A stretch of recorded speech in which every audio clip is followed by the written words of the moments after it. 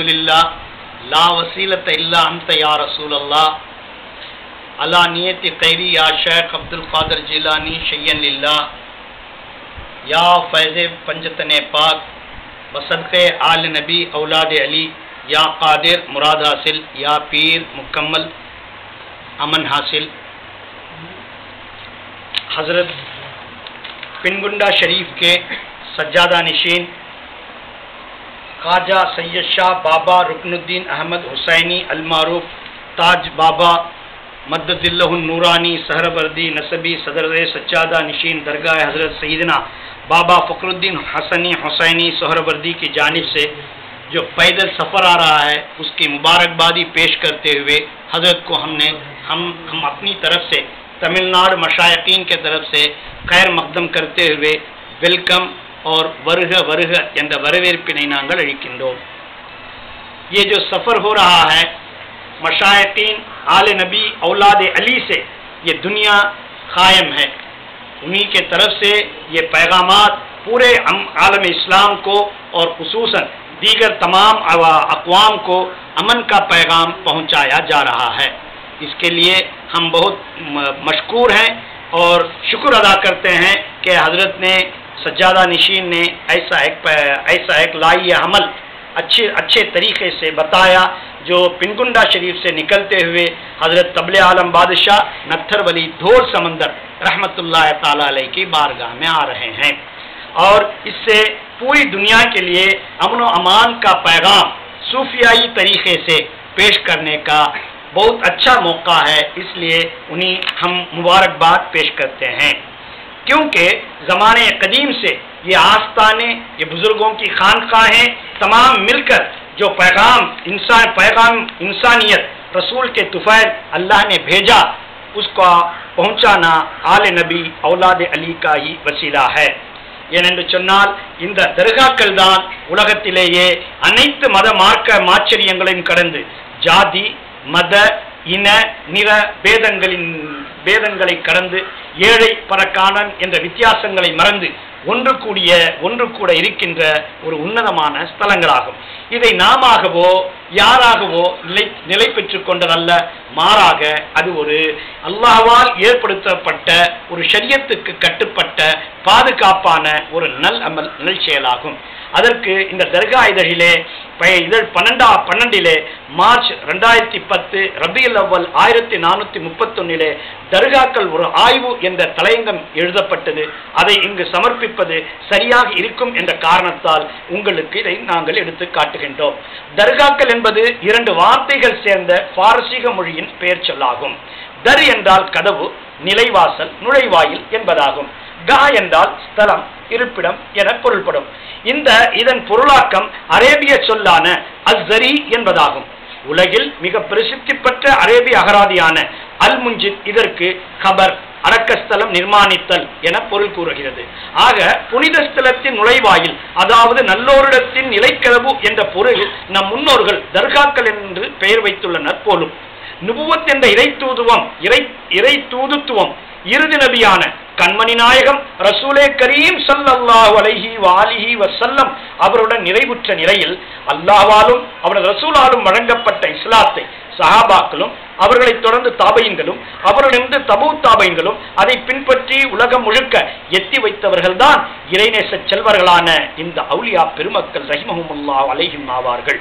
ஜாதி இன நிற பேதங்களை கடந்து, ஏழை பணக்காரன் என்ற வித்தியாசங்களை மறந்து, நாடு தேசம் காடு மலை பாலைவனம் வண்ணாந்திரம் வெயில் மழை குளிர் வெப்பம் என்ற நிலைகளை துறந்து அல்லாஹ்வின் தீனுல் இஸ்லாம் என்ற அமைதி மார்க்கத்தை எத்தி வைக்க வேண்டும் என்ற ஒரே குறிக்கோளுடன் ரசூலுல்லாஹ்வின் இஷ்க் என்ற நேச ஜோதியை ஏந்தி மானுடம் சிறக்க சாந்தி சமாதானத்தை போதித்தவர்கள் இந்த வலிமார்கள் ஆவார்கள். இந்த அவுலியாக்கள் என்னும் இறைநேச செல்வர்கள் தான் தௌஹீதை ஏற்றுக்கொண்டு ஷரியத்தை பேணி தரீகத்தில் தரிப்பட்டு ஹகீகத் என்ற ஏகத்துவத்தில் மூழ்கி மாரிஃபத் என்ற மகோன்னதவம் அடைந்து வஹாபியத் என்ற வஹதானியத் என்ற ஓர்மையில் தன்னை அழித்துக் கொண்டு பிரபஞ்சத்தில் அல்லாஹ் ரசூலின் உத்தவரின் பெயரில் எறும்புக்கு கூட தீங்கு செய்யாமல் உலக மக்களுக்கு தொண்டாற்றி அல்லாவின் அழைப்பை ஏற்று பகா என்ற பரிபூர்ண நிலையை எட்டியமைக்கு அவர்களின் புனித உடல்கள் நிலை கொண்டிருக்கும் ஸ்தலம் இருப்பிடம்தான் தர்காக்கள் என்று போற்றப்படுகின்றன. சரி, எல்லோரும் இறந்து மையத்தாங்கொள்ளையில் மையவாடியில் கபரஸ்தானில் அடக்கம் செய்யப்படுகிறார்களே, இவர்களுக்கு மட்டும் இவ்வளவு பெரிய கட்டிடங்கள் ஏன் என்ற சந்தேகம் நம்மில் சிலருக்கு. அதுவும் அல்லாஹ் ரசூலின் உத்தரவால் தான். மார்க்க ஷரியத் சட்ட வழிகாட்டுதல் படிதான் தர்காக்கள் கட்டப்பட்டு வந்தன, கட்டப்பட்டு வருகின்றன, இனியும் கட்டப்பட்டு வரும் என்பது வரும். அது எப்படி? சூரத்துல் கஹ்ஃபில் புனித குகைவாசிகளுக்கு நிர்மாணிக்கப்பட்ட கோபுரமும் கண்மணி நாயகம் அவர்கள் புனித மேராஜ் விண்வெளி பயணம் செய்த போது நபி மூசா அவர்களை விசாலமான கபரு ஷரீஃபில் தொழ கண்டதும், நபி சுலைமான் அவர்கள் தன் சிம்மாசனத்தில் பறந்து கொண்டிருந்த போது மலக்குகள் ஓரிடத்தில் சகங்களில் நூறின் என்ற பேரொளி பிரகாச ஜோதியை பூமியில் ஓரிடத்தில் சேர்ப்பதை கண்டு கொண்டு என்ன செய்து கொண்டிருக்கிறீர்கள் என வினவ, அதற்கு இறுதி நபி அவர்கள் உம்மத்தில் வரும் இறைநேச செல்வரான காஜகா குத்புத்தீன் பக்தியாரை காக்கி அவர்களுக்கு ஸ்தலம் தர்கா நிர்மாணிக்க அல்லாஹ்வால் பல்லாயிரம் ஆண்டுகளுக்கு முன் உத்தரவிடப்பட்டுள்ளோம் என்று பதிலளித்ததும் நூல் டில்லி கே பாயிஸ் குத்துப் பக்கம் 49, ரௌதத்துல் அக்தா பக்கம் 22 கோடிடப்பட்டுள்ளது.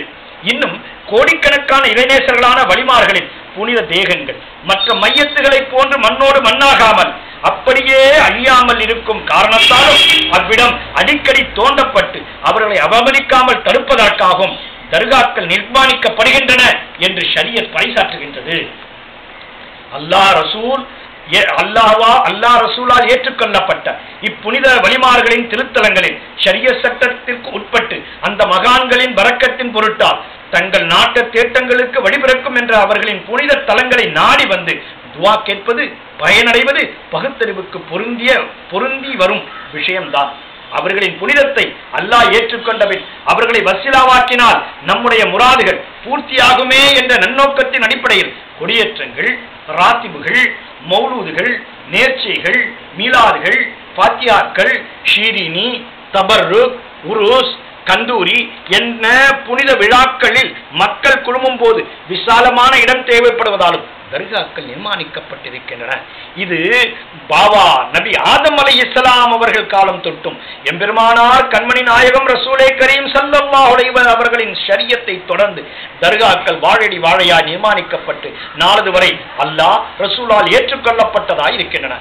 நபி இப்ராஹிம் அவர்களின் மகாமே இப்ராஹிம் என்ற காபத்துல்லாவில் உள்ள சின்னம், ஹாபில் காபில் தர்காக்களும், நூ நபி காலத்தில் நீரூற்று பீரிட்ட அடுப்பும், ஈரா சாலே நபியை ஒழியின் ஒட்டகம் கால் பதிந்த இடம் சலாலா, இம்ரான் நபியின் தர்கா ஷரீப் இடம் அம்மான், தாவூத் நபியின் தர்காவும் கண்மணி நாயகத்தின் புனித ரவுலா ஷரீஃபும் அதன் உள்ளே உள்ள கலீஃபாக்கள் ஜியாரத்துகளும் தர்காக்கள் நிர்மாணிக்கும் அவற்றை சங்கைப்படுத்தவும் தடையில்லை என்பதை எடுத்து கூறுகின்றன. இந்த தர்காக்களை நபிமார்களோ சஹாபாக்களோ தாபையங்களோ தபு தாபையங்களோ அவுலியாக்களோ மார்க்க அறிஞர்களோ விஞ்ஞானிகளோ அரசர்களோ ஆண்டிகளோ யாருமே இம்யளவும் எதிர்க்காமல் புனிதமாக ஏற்றுக்கொண்டு வந்திருக்கிறார்கள். எனவேதான் ஒரு உருது கவிஞன் தன் கவிதையில் எவ்வளவு நயம்பட கூறுகிறான் பாருங்கள். கௌனைனிகி தௌலத் ஹை தர்காஹ் அவுலியா में अल्लाह की रहमत है दरगाह औलिया में आने से यहाँ हमको मिलता है खुदा हाफिज क्या जलवे कुदरत है दरगाह औलिया में. இரு லோகத்தின் நன்மைகளும் எந்த வலிமார்களின் தர்காக்களில் உள்ளது. அல்லாஹ்வின் ரஹமத் என்னும் பேரொரு பிரகாச ஒளி அருள் அவுலியாக்களின் தர்காக்களில் உள்ளது. நாம் தர்காக்களுக்கு வருவதால் அல்லாஹ்வின் பாதுகாப்பில் உள்ளோம். அல்லாஹ்வின் குதிரத்தை இறைநேச செல்வர்களின் தர்காக்களில் காண்பீர்களாக என்று சொல்லுகின்றார். ஆகவே வஹாபிய ஜமாத்துகளின் வழிகேட்டிற்கு ஆட்படாமல் இறைநேச செல்வர்களான வல்ல வலிமார்களின் தர்காக்களை சூஃபியாக்களை நேசிப்போம், அவர்கள் வழி நடப்போம், சிந்திப்போம், செயல்படுவோம். வஸ்ஸலாம்.